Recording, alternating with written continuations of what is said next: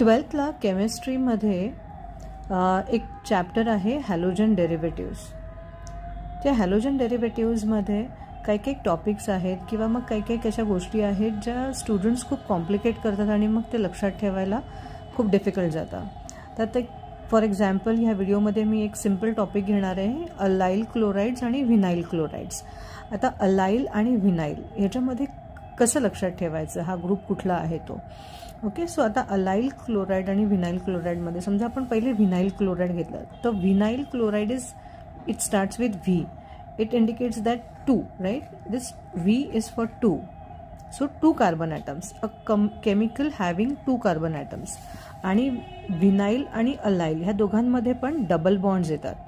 Okay, so vinyl is CH2 double bond CH2 आणि X. Okay, so हा जो compound आहे, हा जो पार्ट आहे vinyl, this is vinyl. So X can be Cl किंवा Br.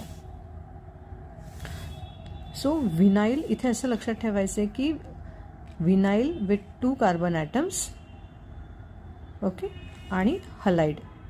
So it is vinyl halide. So it is vinyl chloride किंवा vinyl bromide. आता ह्याच्याच बरोबर समजा अलाइल आपल्याला काढायचं असेल तर अलाइलमध्ये काय आहे, simply CH2 double bond CH2 आणि CH2 आणि X. सो हा जो आहे त्याच्यामध्ये फक्त एक कार्बन ॲटम आपण एक्स्ट्रा काढलेला आहे. सो हा जो ग्रुप आहे तो अलाइल ग्रुप आहे.